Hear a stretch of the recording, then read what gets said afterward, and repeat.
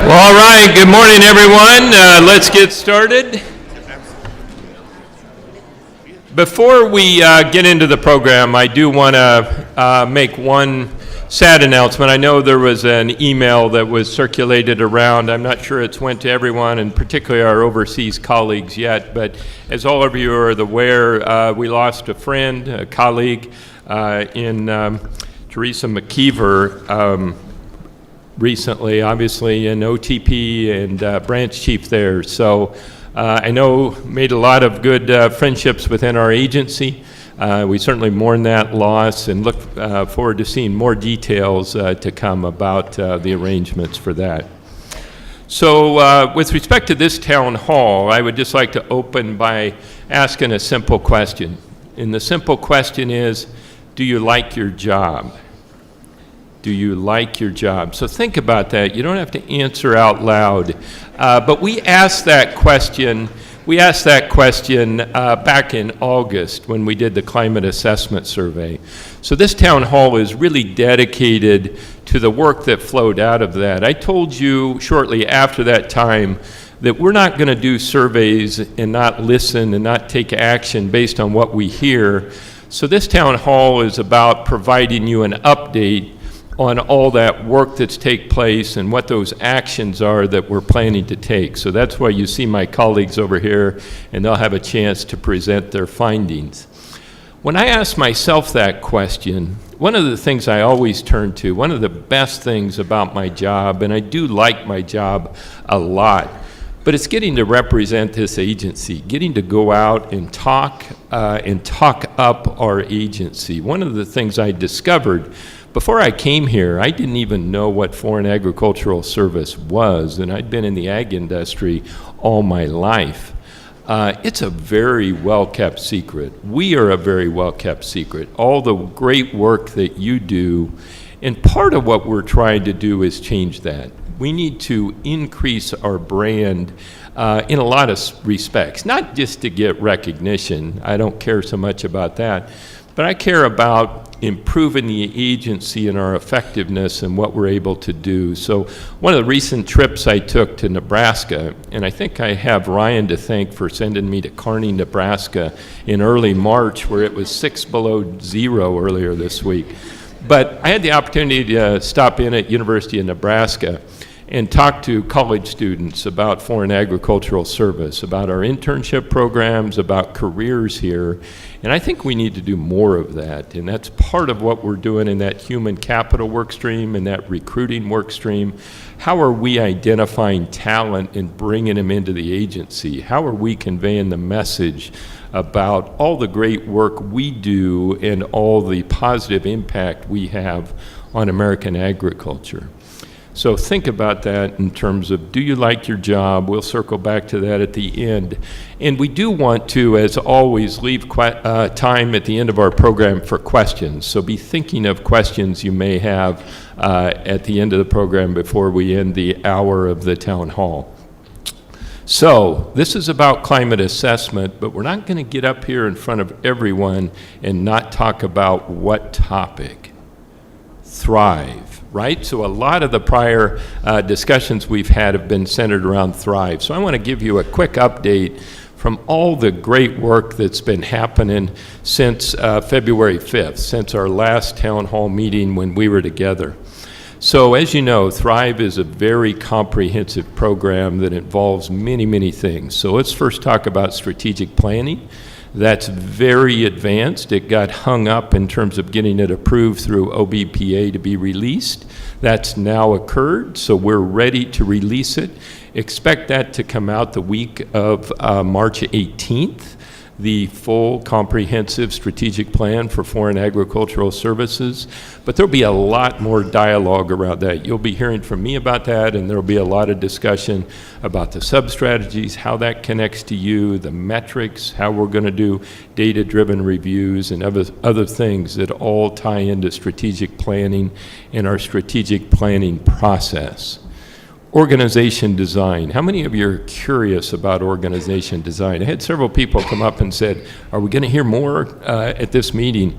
Well, you're not going to hear a detailed lot more, but you're going to hear an update in terms of what's been happening in that space. The easiest thing in the world would have been for a few of us to get together, spend a day, come up with a design, and send it out to the agency. But as you know, that's not the approach we're taking. We're trying to be as inclusive as possible. We've announced the high-level organization design, but much work has been taking place at all levels in the organization to get input, to get people's views, to test different design options, pressure test them based on real business scenarios. There has been 10 focus group sessions, including people from Washington, D.C., and our overseas colleagues. There was recently a 2-day workshop that spent the entire 2 days with a large group of people going through all that feedback and coming up with different design options and recommendations. Now, I didn't ever step foot in the meeting room, but I kept seeing smoke coming out of 5066. So I know there was a lively debate, along with some of the cultural changes we want in terms of transparency, in terms of being able to discuss different opinions and different views. I'm very confident that took place. I have not seen any of that work yet, but that's to come shortly. So for organization design, we're in the stage for key decisions to be arrived at. So that's all going to be presented into the Management Council, including me. We'll make decisions. We'll then review those within the department and up to, for sure, TFAA and Undersecretary McKinney and Jason, and come back and expect a more fulsome update on organization design at an upcoming town hall meeting. Work streams. Been doing a lot with the various work streams, and I should call out, and she was up here at the last town hall, but Allison Thomas, of course Michelle, Roger Morales, have been very key in leading that organization design process. So if you see them, thank them. If you have other ideas, tell them. Now's the time. Before too long, it may be too late to get your input in. So they're playing a key role. Eileen Mannix, playing a key role for those other operation work streams, dealing with IT and knowledge management. A lot has been going on with that work as well. The one thing that we were going to announce today, and he's not able to be here, is a detail that we were able to get. Chris Wood from USDA's Client Technology Service Group is joining us for a detail to help specifically in the knowledge management in IT area. So hopefully he'll be at the next meeting. We can have him stand up, but we'll get more information out on Chris shortly, and you can welcome him into the agency for the short period of time he'll be here to focus specifically on that long-term vision, that long-term work related to knowledge management and IT. So, with that, before I turn it over, I also want to, call out all the work that's been done. Is everybody a little tired from the month of February, trying to catch up from the lapse and the shutdown that occurred basically through all of January? Thank you very much. I can call out specific groups. I know teams that are supporting all the work with China. I know our Western Hemisphere groups have been doing an incredible amount of work. I know OTP and OGA in terms of all the export sales reporting, the data that's been caught up now, and we're coming out, I know, with year-end data as well very shortly. OCBD in terms of getting our priority countries and ready to go out with our NOFOs for the food aid programs. An incredible amount of work by all of you, our agency, to do basically 2 months worth of work in 1 month. So very much appreciated. With that, I'm going to introduce Adriano Vasquez, who's going to come up and kick off the climate assessment survey results.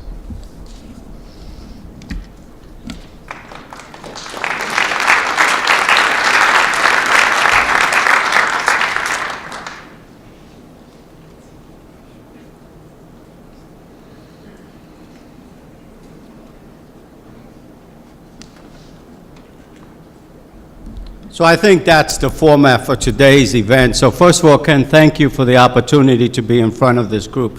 I will say it's a lot different on that side than on this side. I got all these eyes looking at me, so I hope I don't mess up too bad. So first of all, I want to say the Office of Civil Rights thought ahead and said, what do we need from the perspective of identifying the key performance indicators to make FAS the best place to work across USDA and the federal government. So I want to first acknowledge my staff who may stand up or not, the civil rights staff. That's Will Diebler, Jeffrey Galloway, I see Ben Vasquez, no relations, Christina Stanley, Nadine, and Dolores, and of course Cindy Nadeau, who does a lot of work. So first, can I just get a round of applause for my folks there?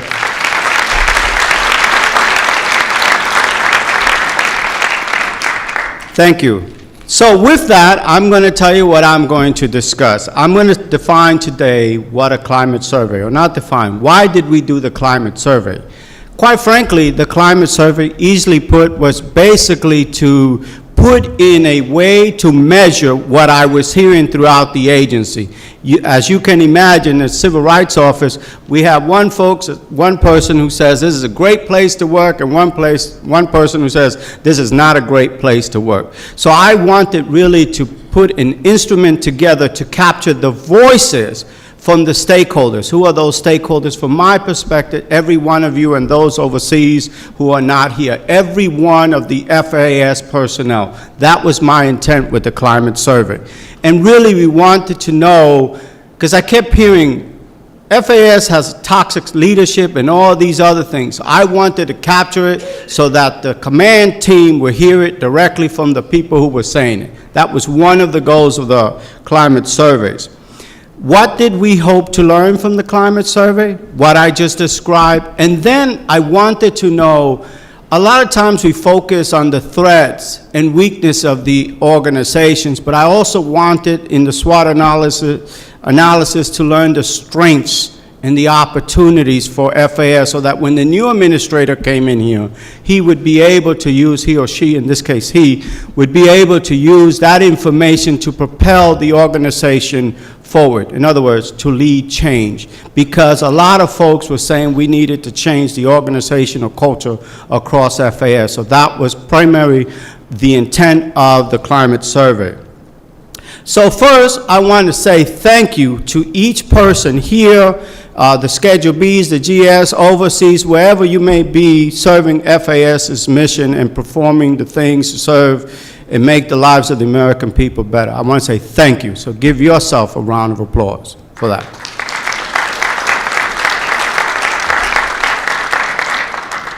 We launched a survey back in August 13th of 2018, 72% participation rate. You know, we would have liked to have 100%, but anytime you get 72% of the people participating in a particular action, you're doing something good. So first of all, what you're able to assign to that is that there is some correlation between what people said was right and wrong and what is in fact right and wrong, and what we're doing good and what we need to improve. So when Ken got here, he said, what are the areas that we need to improve? And I said, well, I got a lot of information right now. So right now it looks like respect in the workplace is one of those areas. And I think for respect in the workplace, I think Kathy will come up later and talk to you in more detail about that. And then one other thing that I kept hearing is a lot of folks were saying, do we know where we're going? Are we just walking around in circles, just going anywhere? If you don't know where you're going, any road will get you there. And so one of the other things that we determined was necessary is to identify whether or not the leaders and employees had a shared vision. So as a result of that, Michelle will also talk to you about the shared vision and how employees and leaders see that. The next thing that I thought we needed to improve, and you actually said it in the climate survey, was the communication and collaboration across program areas across FASY. And that's going to be presented to you by Cynthia today when she comes up here. So those were some of the points that came out. You also said to us that 56% indicated we needed to improve communication. 41% of you said that leaders and employees didn't have a shared vision and mission.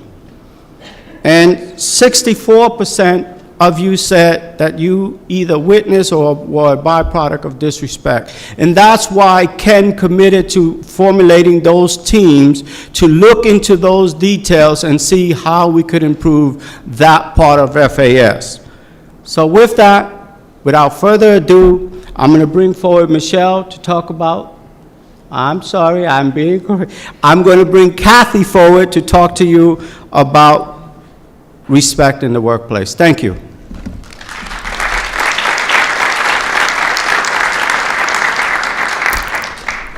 Thank you, Adriano. I'd first like to recognize some of the team members on the Respect in the Workplace group. And we've got Daniel Alvarado, Eric Hansen, Juan McCoy. Go ahead, stand up, guys. Juan McCoy, Jamie Woods. Oh, thank you. Jamie Woods, and then we have Heather Robinson, who has left the agency since beginning, and she was the chair of this group for most of it. So thank you very much, guys, for your time and dedication to reviewing the 489 respondents that we used to build out the recommendations and the key takeaways that we have. So if we could shift to key takeaways. Well, as we all know, in FAS, relationships and communication are integral to accomplishing our work, and the existence of disrespectful behavior in this environment is very harmful to our achieving our goals. Examples of disrespectful behavior that came from this, that were cited in the survey, included yelling, gossiping, flaring tempers, interrupting, and bullying. All employees at all levels of the agency need to become greater aware of their behaviors and how their behaviors could be interpreted by others. So the survey results indicated that the staff was also uncertain on how to report or to address disrespectful behavior when they witnessed it, either firsthand or indirectly. And there was also a perception that there was no action being taken to address disrespectful behavior. And I think on that one, we all know from other areas that sometimes actions are taken behind the scenes and you might not see it. Some say that, yes, I see the behavior continuing, therefore nothing's being done. That's not always the case, because the individual might not be changing the behavior that's trying to be addressed, and it just takes time for that one. So let's jump over to the recommendations. For today, the recommendations have kind of been consolidated and grouped together, but the full list of about 8 of them will be included in the SharePoint presentation that will be the presentation that will be posted on SharePoint. So first, we want to build an awareness of the disrespectful behavior at all levels in the agency. There were about 70 comments individually that cited scenarios of where the individual felt that they were being disrespected or witnessed disrespectful behavior. And I think there are many behaviors that can cause people to feel disrespected or to be respected or disrespected. And I think it all also depends on how you receive the action or the behavior. So I think what we're trying to do with this group is to increase our recognition. If folks have a blind spot to behavior that could be determined to be disrespectful, that they would work to overcome that. So the group came up with a list of what we were calling the dirty dozen, or the unacceptable behaviors. And that includes activities such as interrupting colleagues during meetings, gossiping and negative talk about others, using demeaning words or profanity, showing anger towards other colleagues when they disagree with them on an issue. Now, there are a lot of activities, and we couldn't capture them all, and we tried to get them down to 12. So some of them on the list are already prohibited practices, and it's just a reminder that we shouldn't be doing that, but the list is not all-inclusive, so I would point that out to you. And this list will be posted on SharePoint. So our second recommendation is to conduct a phased approach to building out an educational sessions, starting with deputy administrators and above, then with the managers, and then with the staff. And in these sessions, like for managers, it will help them better understand their role in modeling behaviors and empower them to take action when they witness disrespectful behavior. It's also to provide resources to strengthen our ability to give and receive feedback in a constructive way. We have to remember this is a two-way street, and how you receive feedback is half of the way one can determine whether it's a respectful or disrespectful behavior. Another area that we would like to focus on is having listening sessions. This would be part of the ground up level. We're working from the top down and working from the ground up. Have listening sessions where the associate administrators would go out to each of the program areas and meet and discuss and solicit feedback on respect issues and how to implement change within the agency, especially at the program area level. This would also provide a hands-on engagement on the issues and provide that bottom-up perspective. In addition, the team recommends having additional town hall, to have this incorporated into future town hall meetings where we can highlight how we expect employees to treat one another and how we can hold each other accountable in this area. Another recommendation is to implement a communication plan.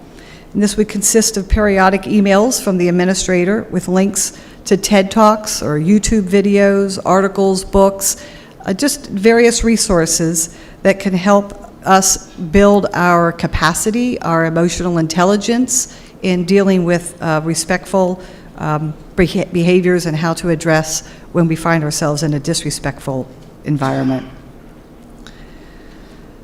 So the concept here is to keep building awareness, each of us to look internally to the activities that we do and what might we be able to brush up on.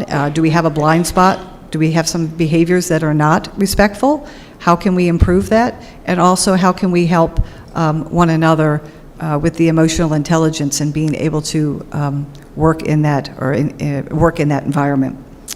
Another recommendation is to implement a communication plan. I just talked about that one. So now I'm on to the last and the best one of all, and that is to come up with a new FAS mindset. And our slogan would be respect in the workplace, a way of life at FAS. So thank you for your attention on that, and I'm going to now turn it over to Cynthia Gouvin, who's going to talk about communication and collaboration within the agency.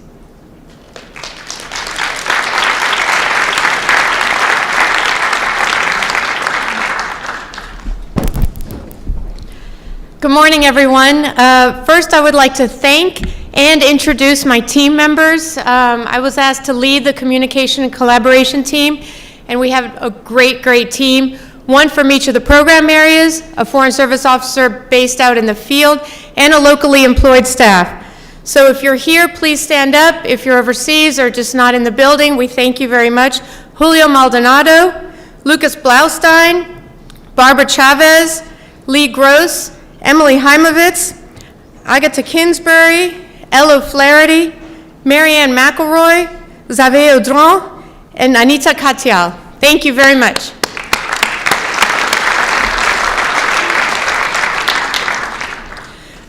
So I will do similar to what the administrator said. He asked you all a question.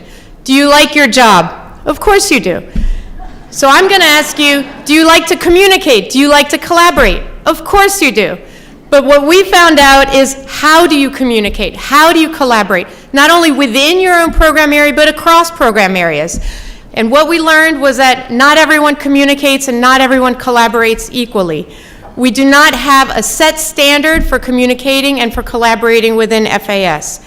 So what we did is came up with recommendations on how to make that happen and how to increase and sort of equalize communication and collaboration throughout our agency to improve the efficiency and effectiveness of everything we do.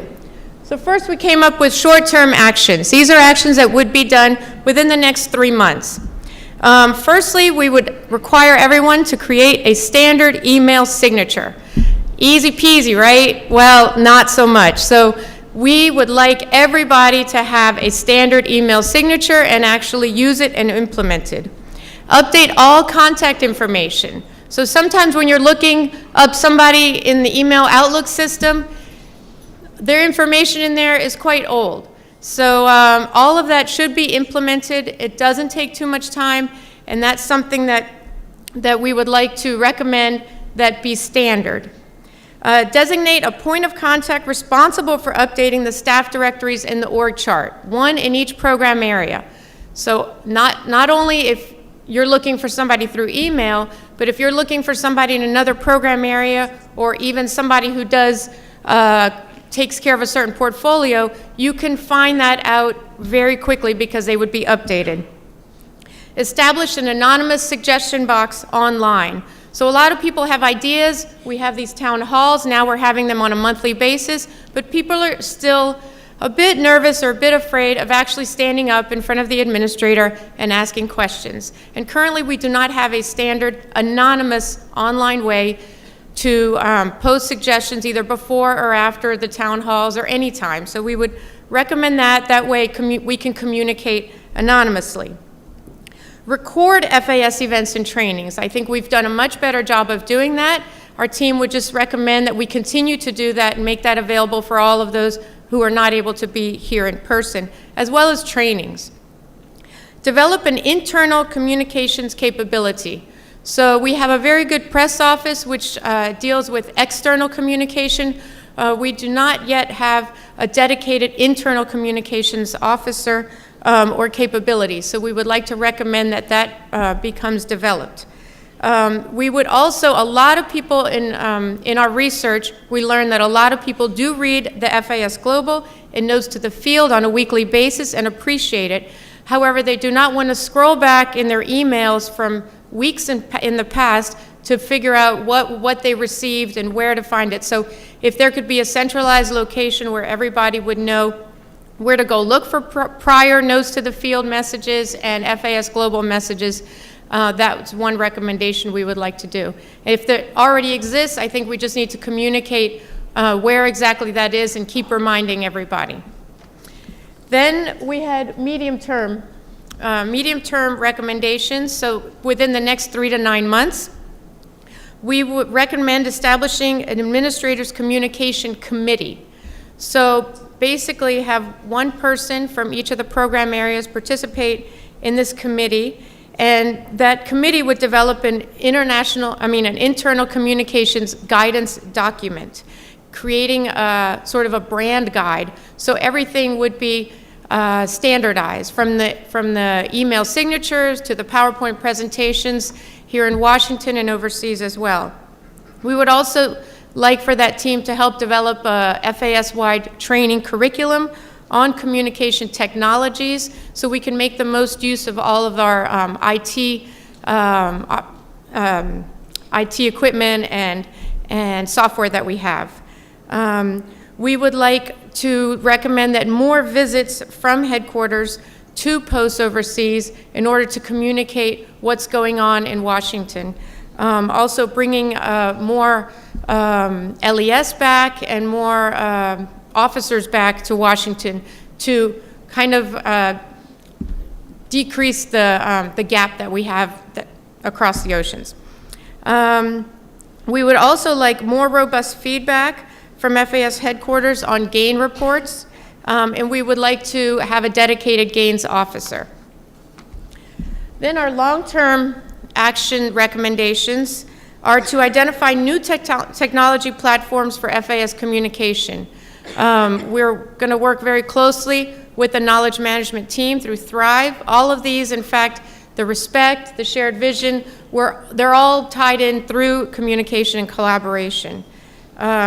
Develop new program area summaries on SharePoint, so when Thrive actually comes, finalizes a Thrive point and the new reorg comes into fruition and it's finally implemented, each program area should have a summary of what they do, what their purpose is, what their mission is, so we all understand and have a smoother transition into the new reorg.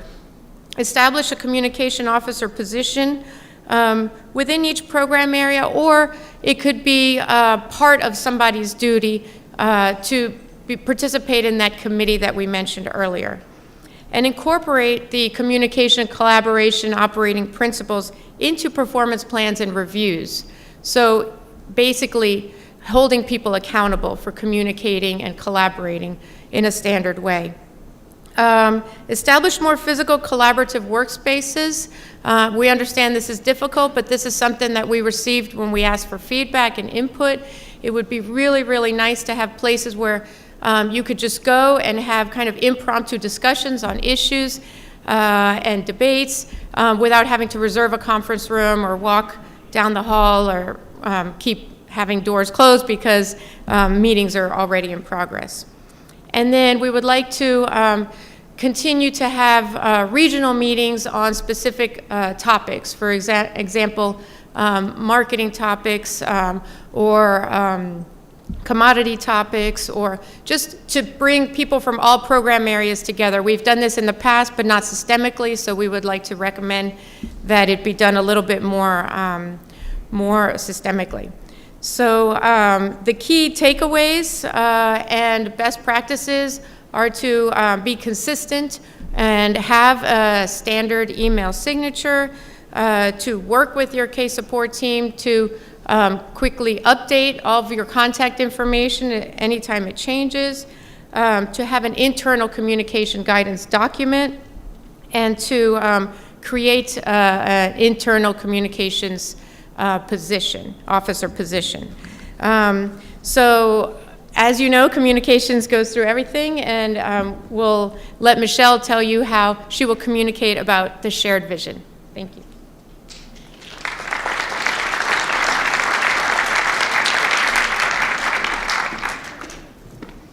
Hello, everybody.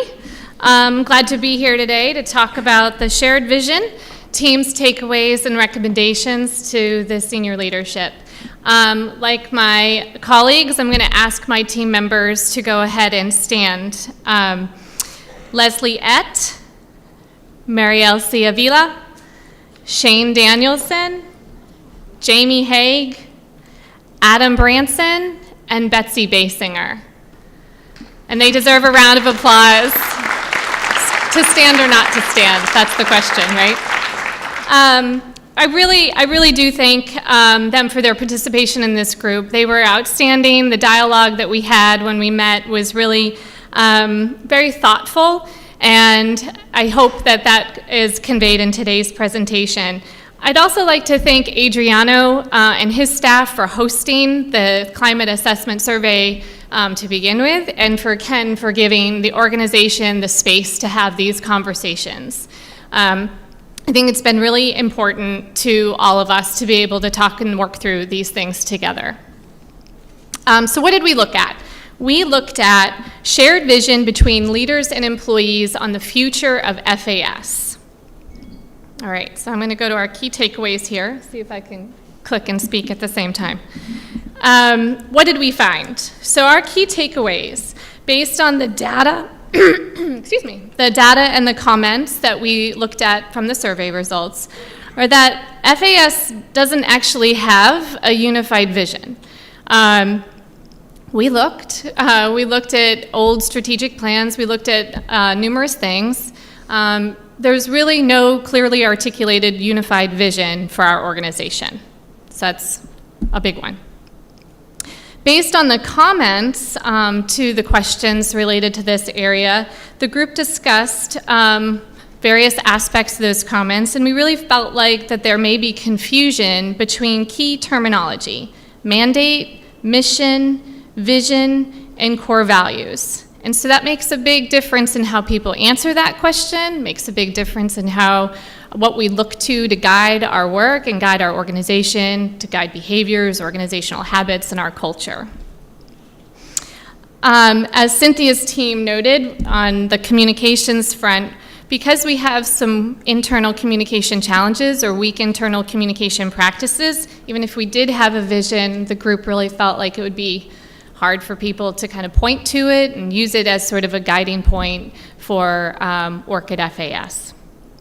And then lastly, we just recognized something that I think we all can see, but we don't maybe always kind of internalize the impact on the organization, and that's just the constant change in the leadership team. And I'll say both at the political level and at our senior executive level, which is a fact in our organization, and that's just something that we need to be considerate of as we work through the challenges in terms of having a clear, unified vision for the organization.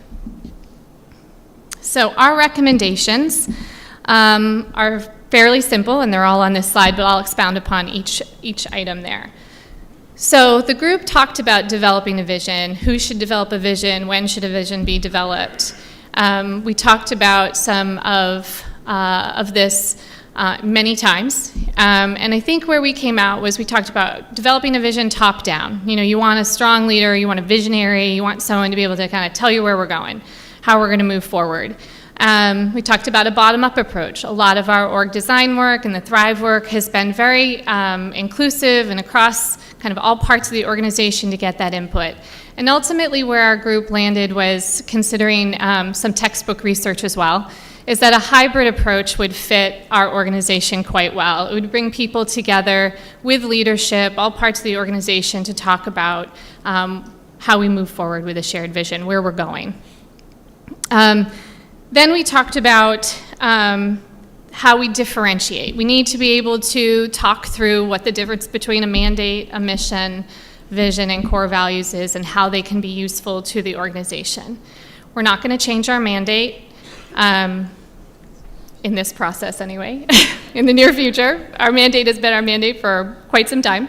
Our mission, that is through the strategic planning process. It is a collaborative conversation with executive political leadership, but it's generally speaking, those executives are telling us where we're focusing our mission delivery. And so it is born out of that strategic planning process.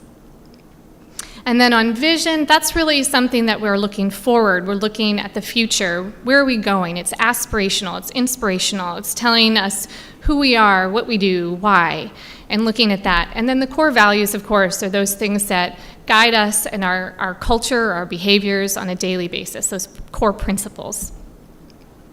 So we really need to work through educating ourselves and understanding how those things can be used to guide the organization and create a strong foundation for good communication, good collaboration, all those good things that we strive for.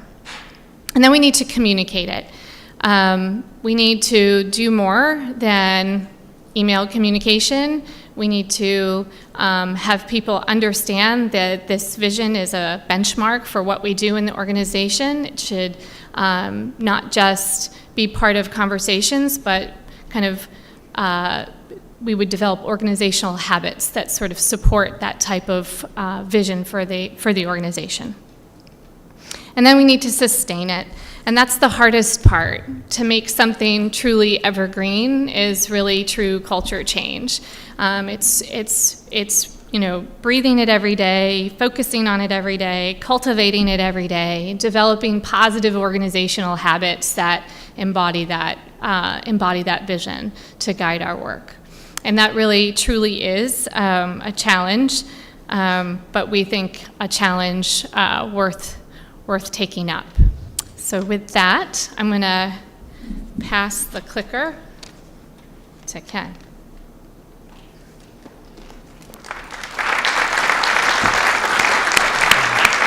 Very good, and thanks for giving them all a round of applause. A lot of great work. And it doesn't stop here. As was mentioned earlier, the presentation today, but more importantly, the detailed presentations and materials behind all their work will be posted and made available to everyone on the shared point, so please look for that. It's our continuing goal to be very transparent on all of this. This information in the more detailed presentations were provided to the management councils, and all the ADAs participated, and we came up with, reviewed the recommendations and came up with those solid action plans to go forward. So a lot of that was presented today at a high level, but watch for the action plans you'll see in the presentations if you access them, because we're dead serious about implementing change that you told us was needed based on the climate assessment survey. And don't expect it to end here. We'll go back and do surveys, not all the time, because I think there's a little bit of survey fatigue at times and a little bit of survey overload, but we'll check back in and give you a chance. And I like the recommendation on the anonymous suggestion box. Doesn't have to be anonymous. Come see any of us with your suggestions, but a way to continue that free flow of information. Organizational health is very critical. When I first came in, I was talking about enterprise value, I was talking about respect for people in the workplace environment. A lot of what you're seeing here, a lot of what you're seeing in the Thrive Initiative gets at exactly those things. And if I go back to that initial question, do you like your job? I hope you see that I and the rest of the leadership are fully committed to making change, to improving FAS, the agency, holistically. But I'd also put that back to you. Think introspectively, have self-awareness. What can you do to improve your job satisfaction? What can you do to improve the environment in your work group and the job satisfaction of your colleagues and others? It's a two-way street. We understand it can never be perfect. We'll never get it exactly right. But all we can do is keep trying, and all we can do is keep working together. So next town hall, expect more information on Thrive, on where we're at on those various initiatives, including the organization design. But we have some time, as committed, about 15 minutes, so I'd love to open it up for Q&A to hear what's on your mind. And if I can't answer it, one of these four, since they're still sitting here, may be able to. So please, any questions? And there's 2 microphones for those in the Jefferson Auditorium. And hopefully there's a way, if you're dialed in, that you can get a question in as well, if you have one.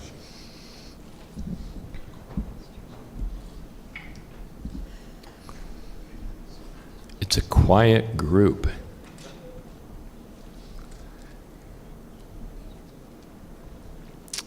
Any questions? If not, now the 4 may have an entertainment, like a skit or a song or impromptu. But well, we won't keep everybody if there's not anything that anybody has. So with that, I'm giving you back a little extra time. Please access the SharePoint to get more details on results of the climate assessment survey and the great work for these teams. I wish we had a way to capture like a Big Brother episode of all the work that's been going on so you could see it in person, reality TV. We're trying to demonstrate it as best we can, but maybe we'll come up with something better in the future. So take care, everyone. Have a great day. Thanks for coming.